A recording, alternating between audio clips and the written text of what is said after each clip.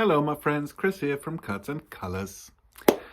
This is a video reply to Mascha from Musings by Mascha. That's the name of the channel. I guess you all know her. And yes, she was asking the community if the next card, being the card number 8, should be justice, like in the traditional historical decks, or strength, like in a way the new order of the Rider-Waite deck. And I was one who said, or who voted for justice being number 8, like in the Marseille decks and other historical decks and the Toth and so on, of course. So me being one who voted for number 8 being justice, and now number 8 is justice. So following the hashtag, the videos you're about to see will all feature justice cards, your 5 favorite justice cards. So I thought, why not join the club and share my 5 favorite justice cards throughout the centuries. So here we go. The first justice card I would like to share with you, and before we start, I have to say the justice card isn't really one of my favorites. I guess it's in a way a boring card. I'm not sure if it's fair to say that, but yeah. One has to say or acknowledge that this is one of the trumps that really didn't change throughout the centuries. It's always depicting, or mostly depicting, Lady Justice, or the embodiment of the virtue of justice, and then a sword and scales, of course. And we see that even in modern decks, and yeah, even in strange decks, untraditional decks, you mostly get a person, mostly a female one, with scales and a sword. The only one I can think of now is, and I was close to picking this one too, so now you already know it's not in my favorite 5 justice cards as of now, is the one from the, what's it called? The Wildwood Tarot. This very Celtic, pagan, shamanic deck where justice is just a stack with a drum and an axe, being like an embodiment of natural balance in a way, not our human concept of justice. But I thought, well, I like the card, but this is so different.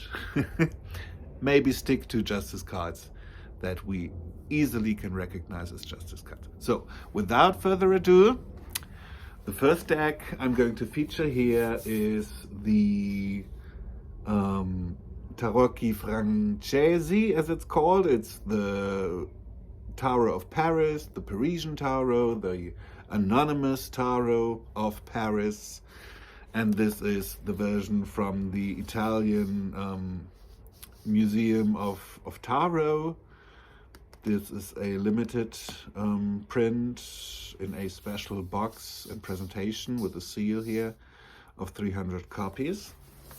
I know Tarot Clarity has one of this too, and she really likes it because the cards, as far as I know, there was one version of this deck available for a long time, only one version. And these cards here from the Italian Museum of Tarot are bigger, and you can make out more of the details, which can be very hard in the Tarot of Paris. I like the Tarot of Paris because it's quite mysterious and strange in a way, and a lot of trumps don't follow the traditions we're used to now, like the Chariot, the Chariot not being, what's the word I'm looking for? well, instead of two horses or sphinxes, there are two geese or swans, maybe pulling Apollo, I don't know. And the moon is like a man playing a song to a lady on a balcony, very romantic scene. And the sun with the lady and the monkey and the hand mirror. Interesting stuff. Oh, and the great inferno or tower or what have you card with the mouth of hell opening and all the demons flying around. So, long story short, I chose this Justice card.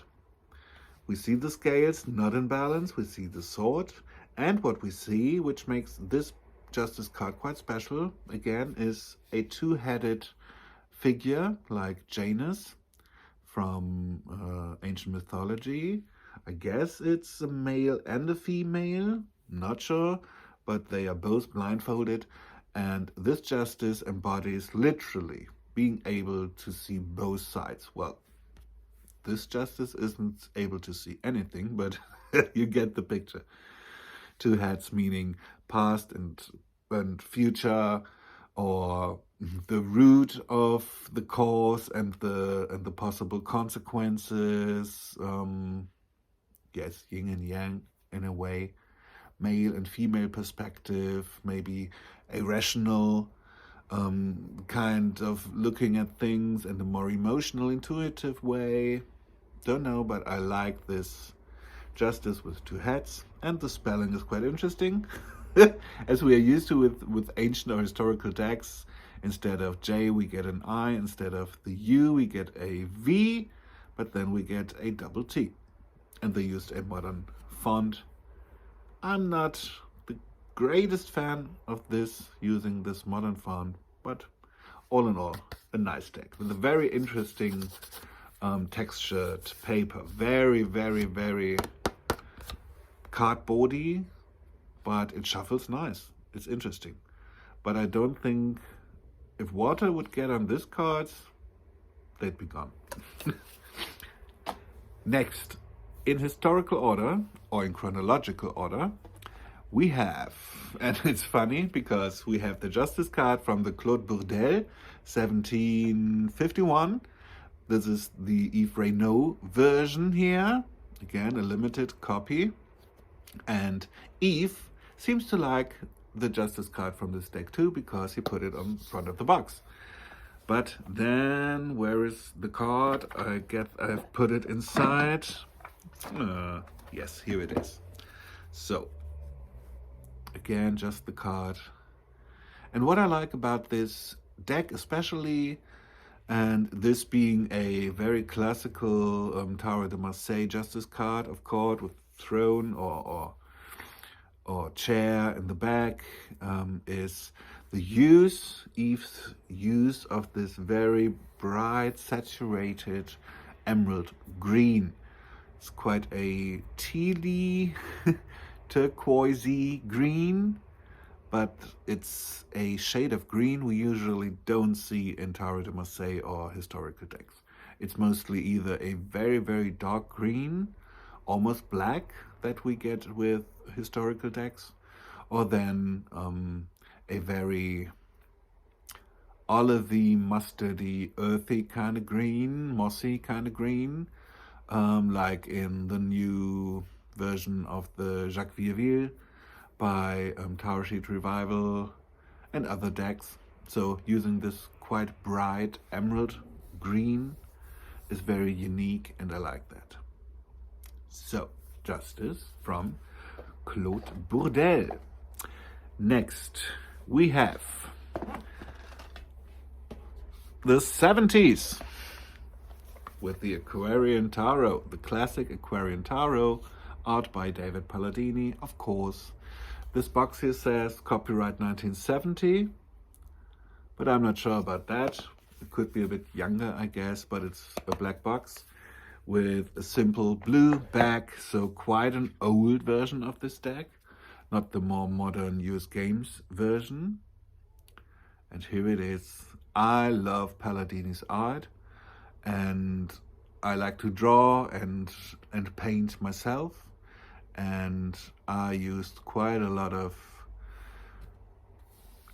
well, textures and stuff, the way Palladini combines Art Nouveau and Art Deco with this hippie psychedelic touch from the late 60s, 70s.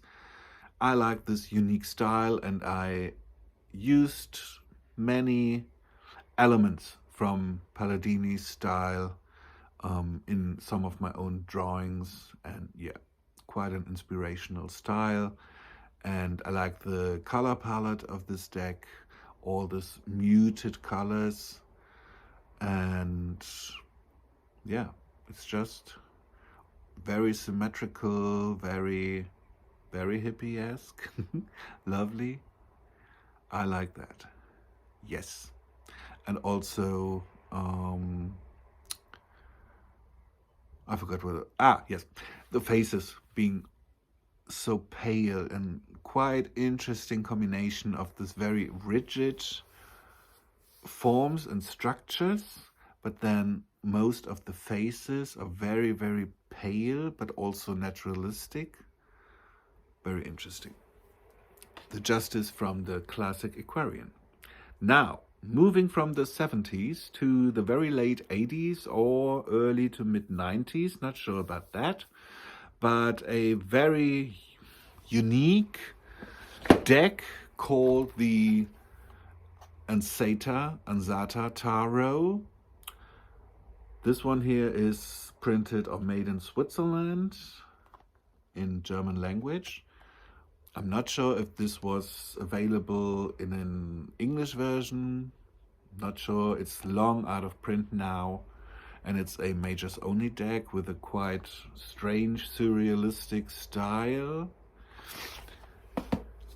And this is the Justice card from this deck, a bit glary. And what I like about this, first of all, the Egyptian touch. You get the astrological sign of Libra here associated with Justice very, very often. So we get this Egyptian touch with Anubis, and then the heart and the feather, like the Judgment of the Dead by Ma'at. But what I like about this card, and what stands out to me as a Justice card, is in the background this yin and yang being formed by the sun in a light sky, and then the full moon in a dark and cloudy sky.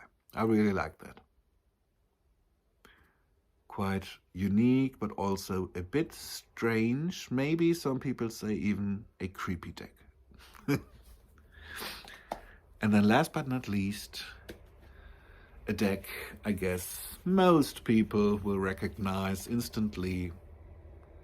The Pagan Otherworld Tarot, which became an instant classic, I have to say, well, I guess. And here Justice, though it's being number 11, following the Rider-Waite-Smith tradition, I like this Justice card. And I love all this handwritten titles on all of the trumps and the court cards, of course. But what I like about this Justice card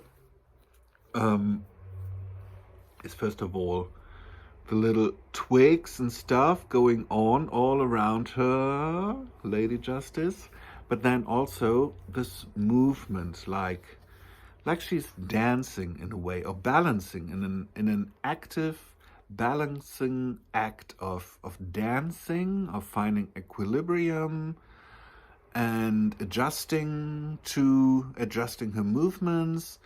And I really like this kind of dynamic depiction of a Justice card, because most of the time Justice seems to be very, very strict and rigid, and yeah, a lot of squares and like the throne in the background or pillars in the background, and very often Justice is sitting. But well, I have to take that back because in the Andata she is not sitting.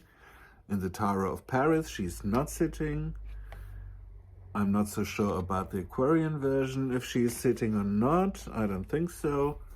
Yeah, maybe not too many Justice cards. But in my mind, when I think about the Justice card, she is sitting on some sort of chair or throne and having the scales and the sword, of course. So, that's my video reply to Mascha. I'm looking forward to your replies. What are your favorite 5 Justice cards throughout the ages and centuries? And what do you think about my 5 favorites? Do you like them too? Do you agree in a way? Do you disagree?